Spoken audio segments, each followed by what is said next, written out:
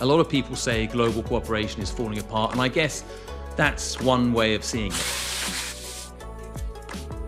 Welcome to the Future Cooperation podcast, the place where cooperation gets real. On this podcast, we'll be talking to some of the people who have shaped and are shaping international cooperation for a better world and discussing the many changing faces of global cooperation today.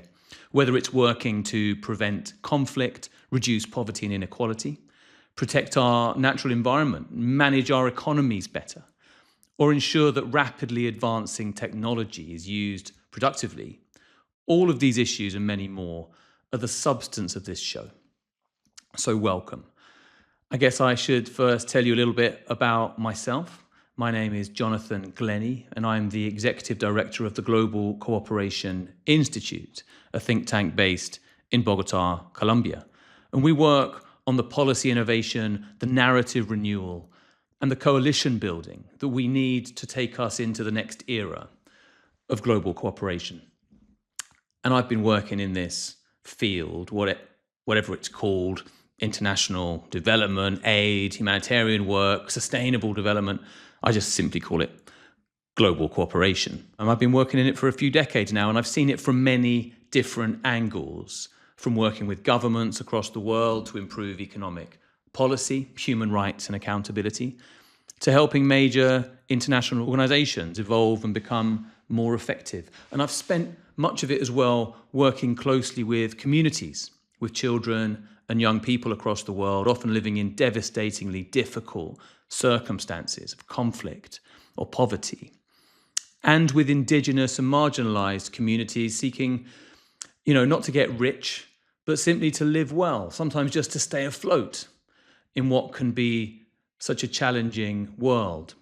Before founding the Global Cooperation Institute, I've managed NGOs, big projects. I was a director of policy at Save the Children. I set up the Sustainable Development Research Centre at Ipsos.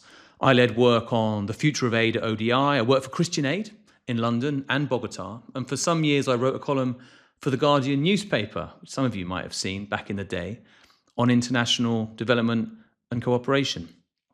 And I've also written a book or two, The Trouble with Aid, and more recently, The Future of Aid, still available in all good bookshops. And they're about how international cooperation is changing and how we need to build a new way of doing things in this 21st century. So on this podcast, we're going to hear from some very senior figures like Prime Minister Aminata Touré, former Prime Minister Helen Clark, former President Francisco Sagasti, globe-trotting economist Mariana Mazzucato, and many others. And we're also going to hear from people you may not know so well, but who understand just as well what's going on in our world and what it will take for us to come together and shape it. Because we don't just want to track the changes in our world. We want to get our hands dirty and actively and urgently try to influence what comes next. A lot of people say global cooperation is falling apart, and I guess that's one way of seeing it. I mean, in so many meetings, especially with people in the North, in the global North, in North America and Europe, the mood is incredibly gloomy. There's a kind of fatalism creeping in, a sense that collapse is around the corner. And I get it. It's not exactly my perspective, though, and I don't think it's the perspective of many people, especially in the global South, including Colombia, where I've been living for many years.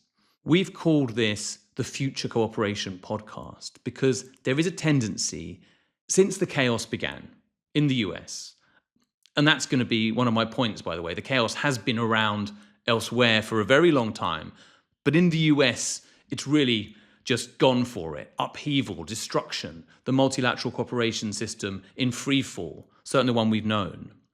And there's this tendency, isn't there, to think it's all over and to lower our sights and to restrict our vision and try to salvage something from the past without really believing that there's a great future for human cooperation beyond national borders, that future is ahead of us. But we at the Future Cooperation team don't believe that at all. On the contrary, we think we're at the beginning of something that could be the very best of humanity. Sure, it's a crisis moment. It's a difficult moment. There are dangers and risks all around.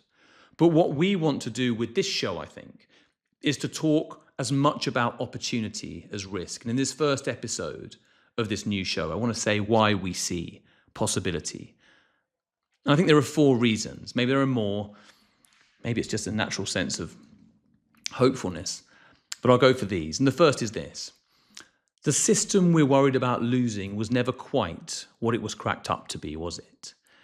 It worked in some ways, but it was always uneven, unfair, deeply political. And I guess that was especially obvious if you were on the wrong side of it, which much of the global south, of course, was, and many in the global north as well. Think of the major wars of the last 80 years. In Vietnam, more recently in Iraq, so many others. Think of the way that particular policies were forced on countries using the economic, political, and often military power of countries that self-declared as brokers and holders of the world order. Those of you who have worked on economic justice will know about policy conditionality and structural adjustment in Africa, Latin America, and Asia that forced countries to go down paths that were not in their interest, but were in the interest, maybe, of other more powerful countries. For many countries in the global south, this isn't a sudden arrival of crisis. It's the latest challenge in a long process of navigating challenge after challenge. It's a serious challenge. And I don't want to be glib about its nature. It's generational. But if you're in Colombia, a country I've been in, for many years, you've been living the last few decades never far from devastating conflict, from horrific violence, from deep inequality that is, of course, the source of that conflict, fueled by the absurd global war on drugs forced by countries in the north, which are consuming those drugs. Colombia is beginning to emerge from all that. So its perspective is different. It's not about fear for the future. It's a cautious sense of possibility, and that's true in many parts of the world. So we should be careful not to romanticize the system that we are losing. And the second reason is that much of what looks like crisis is actually the result of progress, very much linked to that first point I made. The global south is rising economically, politically, strategically. Now, of course, everything's relative. Of course, the United States, China, Europe, Russia remain incredibly powerful, the most powerful. But we're not where we were 50 years ago or even 20 years ago. We're moving, as people often say, into this multipolar world. And I don't think that's just a few more big powers. It means regions, Latin America, Africa, Asia, that are simply unwilling to be dominated as once they were. And it means that many middle powers can become, in our view, model powers, showing a different way to exercise power in the 21st century. One of the reasons there's so much anxiety in parts of the global north is precisely because other countries are doing better. And cheap goods, cheap labor are less available. Economic domination is coming to an end. That's a good thing. So while we absolutely need to take seriously the pressures facing northern countries, and these are very serious political pressures, and they'll have repercussions across the world, and therefore, we need to respond to them with care. We should also pause just for a moment to recognize what this represents. A world that is slowly, unevenly, becoming more equal. And yes, that brings disruption and tension, but it's actually exactly the kind of progress in some ways that many of us have been working towards for decades. The third reason is that any analysis of history, I think, shows that great progress often comes from moments of great crisis and difficulty. The most obvious example from the 20th century is the very emergence of the United Nations and other international organizations. And yeah, they were very much a product of their time. It was still a moment of imperialism, of colonialism. And yet they were and are the strongest, best expression of our shared humanity that's really ever existed in our world. And before anyone jumps in, of course, they are miles from perfect, but they emerged from the rubble of the Second World War. I did a short video a few months ago saying that, we need a crisis to bring out our best. And maybe, hopefully, this situation that we're currently living is the littlest crisis we need to achieve the next stage of evolution of internationalism and cooperation. And I know that can sound glib in a context where so many people are suffering the reality of what's going on at the moment, in wars, in domestic policy. But I think a lot of people around the world do see it from that perspective. And too many people live in what I call the moment of history fallacy. Because things are the way they are at the moment, it's how they'll always be. Let's hunker down and prepare for the worst. Well, that's really ahistorical. No one would have imagined before the Second World War that in 10 years' time, the world would have the United Nations, especially after the collapse of the League of Nations. And no one would have imagined 15 years ago that the US would currently be run by the faction that is running it. We mustn't let failure of imagination become our own additional barrier to change. I remember many years ago, I was in a meeting in Mozambique. This must have been in the early 2000s. And we were talking about debt cancellation, the conditions the International Monetary Fund, the IMF, was imposing on Mozambique. It was a meeting hosted by the IMF. And I talked about, at one point, the importance of capital controls in order to enable countries to manage the way that money came in and out of their own country. And I literally heard a laugh from someone else at the table. It was such a foolish idea in those days. It was considered stupid. Of course, a few short years later, after the crash in the north, the IMF supports capital controls in certain circumstances. And there are so many examples of this. At the Global Cooperation Institute, we're doing a lot of work on green industrial policy. Industrial policy, the role of the state in pursuing public purpose. Again, something that the main institutions of the global economy have treated with scorn for decades, based on an unbalanced and exaggerated neoliberal ideology. And then, a few weeks ago, the World Bank published a report saying, in effect, why we were wrong about industrial policy. I remember I was at a World Bank meeting years ago with the chief economist of the World Bank, and I raised the importance of protecting infant industries, having read the brilliant work of Ha-Joon Chang, among others. Again, treated with disdain. And then there's all the work that I'm doing with many others around the world on what we're calling global public investment. A future for shared public investment in common challenges. That's not aid, but a different way of doing international public finance in the 21st century. Again, it was laughed at a few short years ago.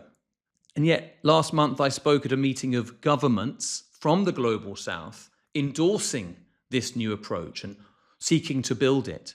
And many people listening will have their own examples of this kind of thing, all of which has been a lesson to me again and again. Never, ever allow people to clamp you down and restrict the world of possibility. I guess a fourth reason to be hopeful about the possibility of the future of international cooperation is that we're more connected than ever before. Climate change, pandemics, financial systems, technology, they're not problems that sit neatly within national borders, and that's an understatement. They're shared problems, whether we like it or not, and whether politicians want to deny it or not. It's a fact, and that creates possibility through necessity. Because it means cooperation is not a moral choice, if it ever was, not an optional extra. It's a practical necessity. And in that sense, the case for cooperation, not as charity, but as shared interest, is stronger than ever. And I do think that if you take a longer historical view, then something else becomes clear. For all the setbacks, for all the moments where it's felt like things are falling apart, the arc of human cooperation across borders has over time moved towards something broader, more inclusive, more ambitious, not in a straight line, not without reversals, not without periods of real darkness, but it has moved from empire and exclusion to a world where, at least in principle, every country has a voice. From domination to a system that aspires, however imperfectly, to shared responsibility. The future is not fixed, which is why this creeping fatalism that I sometimes hear in meetings is just wrong. If we believe nothing can be done, then nothing will be done. But if we recognize that we're in a moment of transition, where old systems are being questioned and new ones are still being formed, then the conclusion is very different. The future is still open, and that puts a responsibility on all of us, not just to analyze what's happening, but to engage with it, as an old philosopher once said.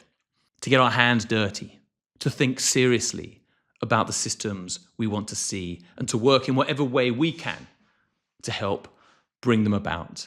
Because global cooperation is changing and we have to shape it.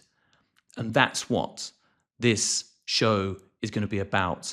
And I hope you join us on every episode and engage with what we're saying, what the guests are saying, and do please subscribe to it. And I'll see you next time.